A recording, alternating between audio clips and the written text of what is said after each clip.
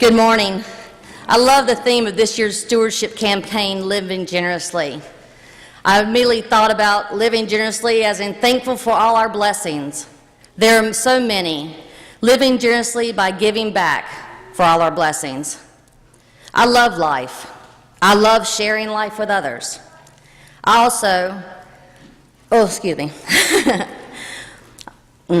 love sharing life with others. Every morning I wake up grateful for another day, saying, thank you, God. But there was a period of time in my life where each morning wasn't like that. And I'm grateful God's love and my mama's love brought me through. I live generously because I am grateful for my life as a single mom of an amazing little girl was transformed by my Mr. Wonderful. A void that was filled that only God knew we had. Grateful that Annie's learning disability was diagnosed very early, and grateful one of the nation's highest ranked schools for dyslexia is right next to us in Winston-Salem, where Chris and I already worked. Grateful she graduates college in a couple of months. I live generously because I know it could have been so different. Chris and I have been youth advisors for about 11 years now. We love it. I am grateful to have the memories of the laughter and adventures of weekly gatherings with the youth. We have been advisors, but there are many times where the youth lead us, especially on mission trips. Like being in DC with the middle school youth group, and there's an activity we do called Bread for the Journey, where we make sandwiches and bag up lunches, and we take them out to the parks and feed God's children who are sleeping on the benches, homeless on the street. One year we had a 6th grader, very quiet, super shy, barely spoke to adults he did know. And when we went out to the park, he was the first one to say, "Can I go first?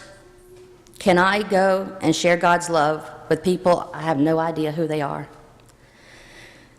I am grateful to witness this act of love and kindness of living generously. Or on our last trip to DC, doing the same activity. And one of our youth in their small group walked by a lady on the corner with her sign. But our youth noticed she's drawing on a napkin and asked if their group could take a detour. And they step into a drugstore, and she takes all the money her parents had given her for the whole weekend for her spending money.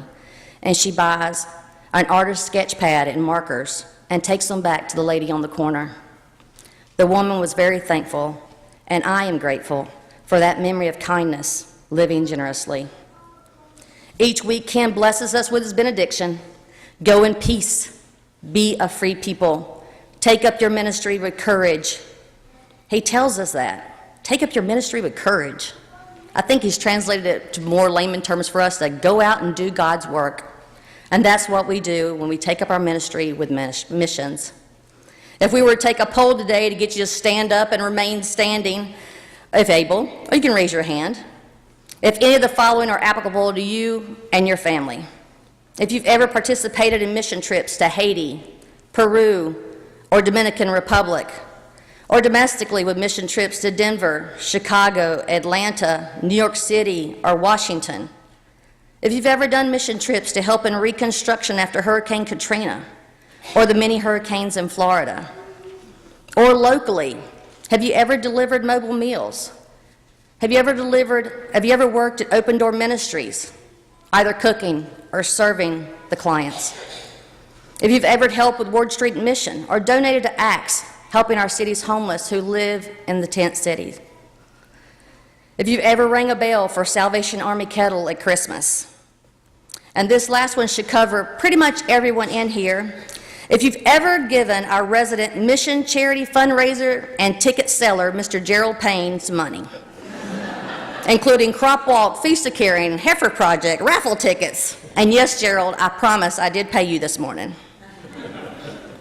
We are involved in many different charities, and we do our ministry through missions. The need is great, and we can all be a part. After worship, many nonprofits are represented, as Ken said, in the Family Life Center. Please join us and put to action what Ken charges us to do each week. Take up our ministry with courage. And may we show gratefulness for all our blessings by continuing to live generously.